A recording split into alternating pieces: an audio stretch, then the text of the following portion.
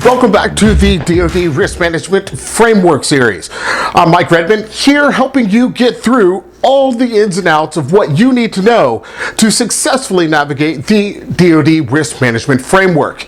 We've made it to step number 1, categorize.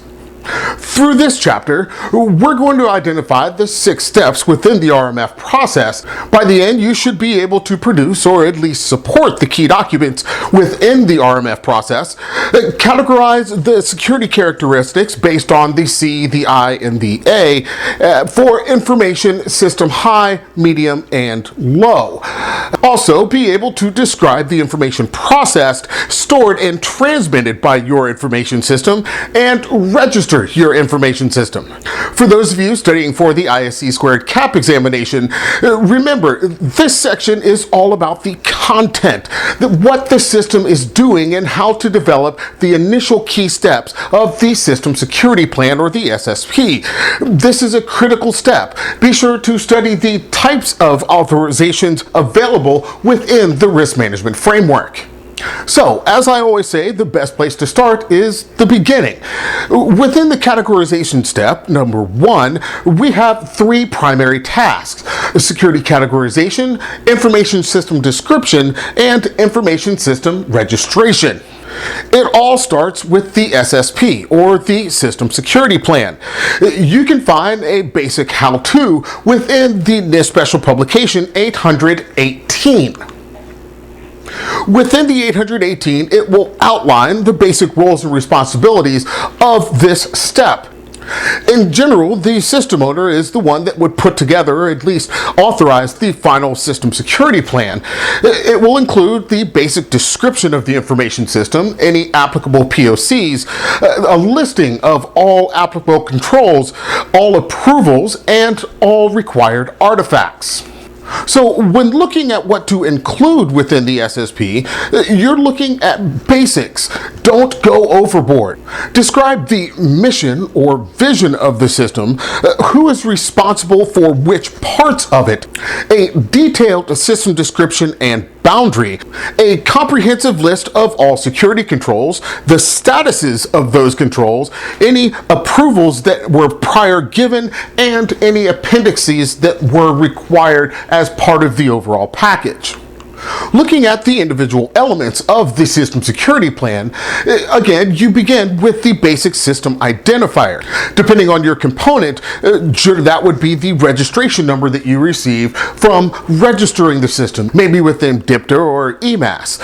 Next would be your decided system categorization. We'll go over that in a bit. And then the system owner, name, title, agency, address, phone number, and email address.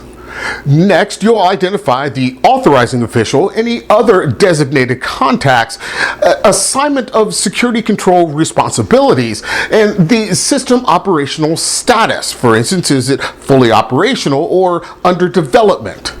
Next will be the system type, a good descriptive purpose of your system, the system environment in which it's going to be utilized, and any, if applicable, system interconnection or information sharing that's happening within your information system. Next would be the identification of any laws, regulations, or policies affecting the system, the security controls section itself, that would come from the 853, and the minimum security controls required, as well as the identified completion and approval dates. And the last section should contain the ongoing system security plan maintenance. For instance, the milestones of updating the plan itself. Maybe some controls were tailored in and some controls tailored out. We'll discuss that in a later section. So, looking at step 1, what are we truly doing? We are going to identify the categorization of the system. We need to, as best we can, adjudicate the impact of confidentiality, integrity, and availability, and the compromise of it based on whether it would be a high, medium, or low impact. The rules required for this step is the information system owner themselves and the identified information steward. So, this is probably one of the most critical steps in the entire framework, is the initial stakeholder meeting. Now, it should include all key stakeholders, including the Chief Information Officer, the Senior Agency Information Security Officer, the authorizing official or designated official, the Cross-Domain Solutions Office representative, if any, the risk executive function should be represented, as well as the information system owner, any ISSOs, and the user representatives, as well as an independent evaluation element. Now, it goes without saying, it's odds are you won't see the CIO or the SASO or even the AO or cross-domain representative here. This is simply here for illustrative purposes so you can understand that they have a say in the beginning steps of an information system. So, as you begin the categorization itself, what types of information is necessary? Well, we've already walked through, for instance, the unique identifier, the system owner and all contact information, the general governing locations, and so forth. However, understand there are many more elements that need to be included. For instance, an organizational mission that is codified by U.S. law, any hardware and firmware used throughout the system, the status or the position within the acquisition lifecycle, the security administrative processes and roles, as well as the identification of the purpose, function, and capabilities, and a strong, detailed architectural description and network topology. When identifying these information types, it comes from OMB's business reference model. That's the basis of identifying the information types in all federal information systems. There are 5 core business areas. Within those business areas, you need to identify the mission-based information types, for instance, the service for citizens and the mode of delivery. And then finally, the management and support information types, like support delivery of services and the management of government resources, such as resource management functions. So as we continue through the categorization process, remember there are subtasks to each. For instance, step 1, identify the information type that the system contains, and then move on to select the provisional impact levels, review the provisional impact levels, and adjust and finalize the information impact levels themselves, which will lead us to assign the system security category. So when we talk about impact values, what are we really saying? Well, impact is adjudicated as either low, moderate, or high, and the core definition of each is applied. So for low or limited adverse effect, you would define that as effectiveness is reduced, but with only minor damage, loss, or harm.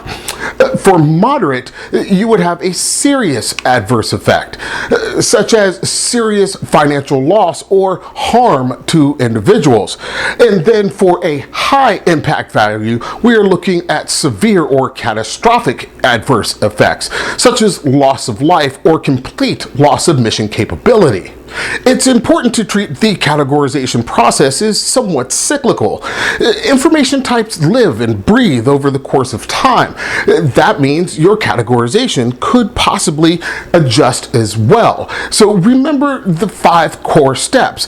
Identify the information types, select the provisional impact levels, review those impact levels, make your final adjustments, and then finally assign the system category. This system categorization will feed into the overall FIPS 200 and 853 security control selections. So looking at the core processes themselves in each step, the input of the identity of information types, of course, would have to come, for instance, from the mission owner. They're the ones that are going to begin the core categorization themselves. So you will also need core input from the information owners. Remember, mission owners and information owners are often 2 independent individuals. Next, selecting those provisional impact levels. This is where the information system security officer comes in.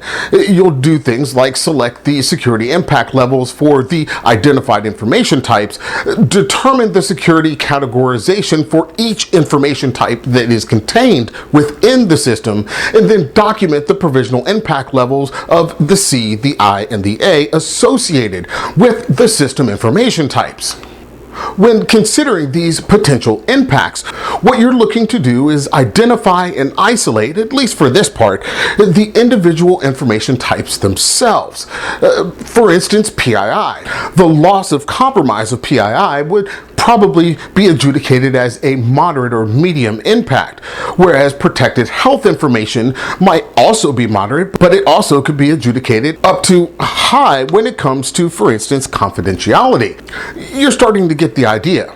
Once we look at the core information type itself, then we start folding in additional factors, like the particular information type itself and the compromise of confidentiality or integrity or availability. It's not holistic. You're looking to do it one at a time and then look at the aggregate total of it. Here's a look at some of the core base information types. You see we have performance, business, service, technicals, and then data sharing. That is a family all to itself. So what we are concerned with is the business information type. For that, we will look to the NIST Special Publication 860's Volumes 1 and 2. Here's a look at what the 860 looks like. You will find your particular information type and correlate it to specific types of information that you may be dealing with inside your information system. Once you identify that particular information type, then it will tell you a suggested base category. For instance, defense and national security with a subtype of homeland security, with a subtype of border control and transportation security. Our base impact would be moderate, moderate, moderate. Well, what if we have key asset and critical infrastructure protection types of information also within the information system? That will move our base to high, high, high.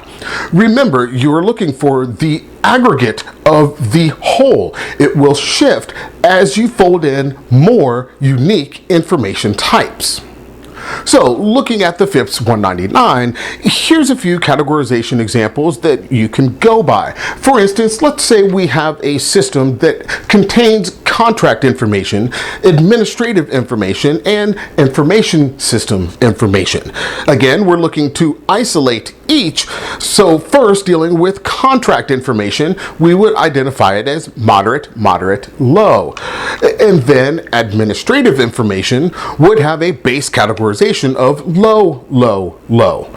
Then the core information system type would be adjudicated to be moderate, moderate, low.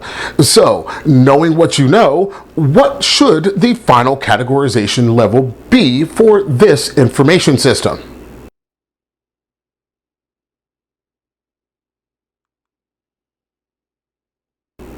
Let's try one more. Let's say we have an information system that has sensor data, administrative information, and information system information. So for sensor data, you see that the base categorization is non-applicable, high and high, where administrative information would be low, low, low, and then the information system data itself would be low, high, high. So, what would the final categorization of this system?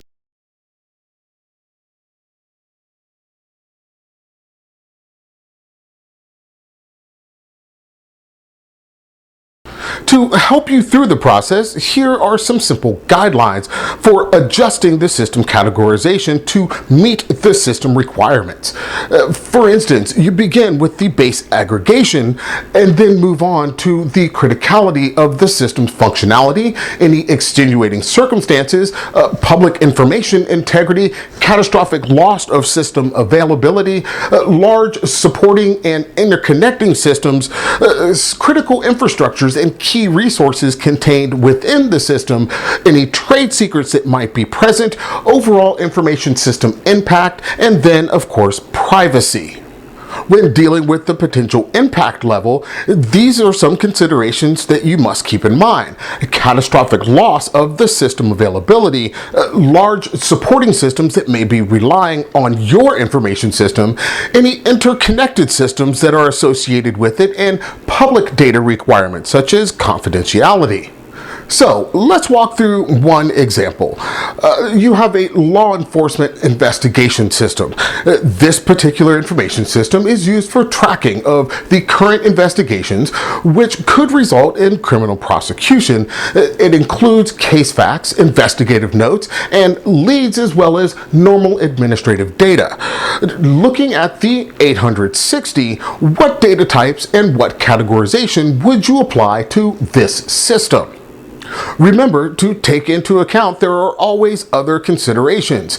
The total aggregation of data, meaning combinations of independent pieces of data that would increase the confidentiality, integrity, and availability requirements of the system. The total is greater than the sum of its part. For instance, especially when dealing with privacy or health data. And of course, the criticality of the system. What would the impact on connected systems be if your system went down and if they are requiring on your system's data for their mission operations? So you might be asking, why do it? What is the purpose? Why do I need to categorize my system? Well, it goes into your final budget. Remember, all of us get our money from Congress, specifically O&B. This system categorization is what they are using for strategic planning, future budgeting, procurement requirements, and any IT management that may be required. It helps in the overall capital planning and investment control to identify the baseline across the federal government, be able to prioritize those requirements, conduct enterprise level prioritization, and then conduct system level prioritization, as well as developing supporting materials and the overall implementation of the portfolio, as well as submitting Exhibit 300 and Exhibit 53 as required within overall acquisition program management. Next, let's take a look at some of the newest and most impactful guidance received from NIST Special Publication 800-122. It specifically addresses PII data. It instructs all organizations to identify PII residing within their environment and then minimize the use, collection, and retention of PII to what is strictly necessary to accomplish their business purpose and mission. And finally, they should categorize the PII by the PII confidentiality impact level. Each organization should decide which factors it will use for determining the impact levels and then create and implement an accurate policy, procedure, and control for all PII data. So the specific security controls when it comes to PII is creating policies and procedures, conducting training, de-identifying PII, using access enforcement, implementing access control for mobile devices, providing transmission confidentiality, and auditing events. Next, information system description. This is primarily the task of the information system owner themselves. Within the description of the information system, you must clearly identify all boundaries. The good rule of thumb here is only identify what belongs to you.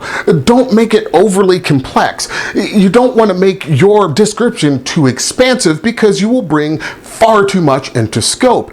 However, you don't want to bring it in too limited and too focused because then you will miss gaps that possibly you should be recovering that the common control provider is not.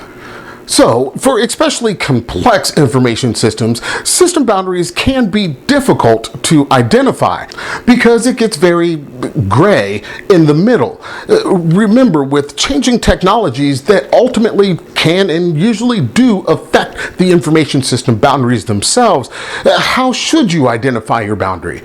Well, every time I'm asked that particular question, my answer simply is where your administrative control ends, somebody else's picks up.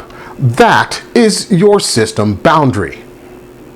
So, for instance, when looking at how changing technologies have an effect on information system boundaries, just consider some dynamic subsystems within themselves, like service-oriented architecture or cloud computing, external subsystems like contractor systems, and any trust relationships within the information system boundaries. To identify specifically how to work with the interconnections of the information system, you will find that in the Security Guide for Interconnecting Information Systems Technology, NIST Special Publication 847. Within 847, it defines 4 phases to interconnecting systems: planning, establishing, maintaining, and then disconnecting. You should have a well-documented plan for all interconnections within the information system for each of the 4 corresponding phases.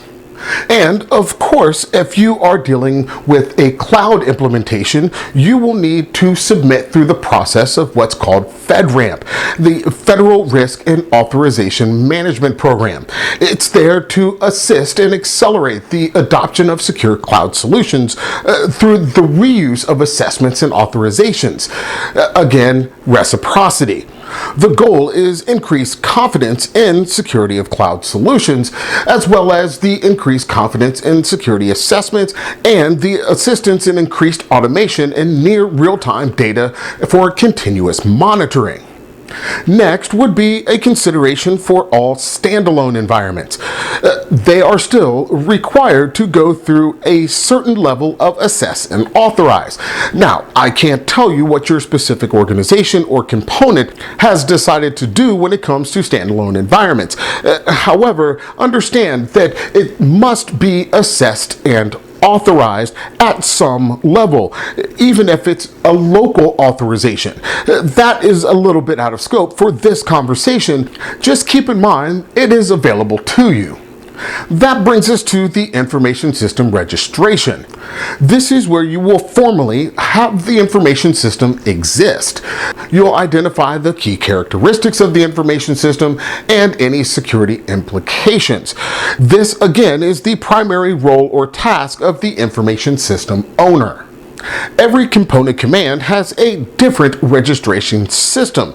For instance, the Army has APMS, the Navy DIPTR, Air Force EDR, and so on and so forth. Pretty much all of them at this point are using EMAS, with the exception of the United States Marine Corps, and you'll get the picture. But you will have a specific system that will handle your system registration for you. Whatever that is, be sure to execute it, because you need that identification number for the first block of the system security plan. In the next section, we are going to move on to step 2, overall control selection.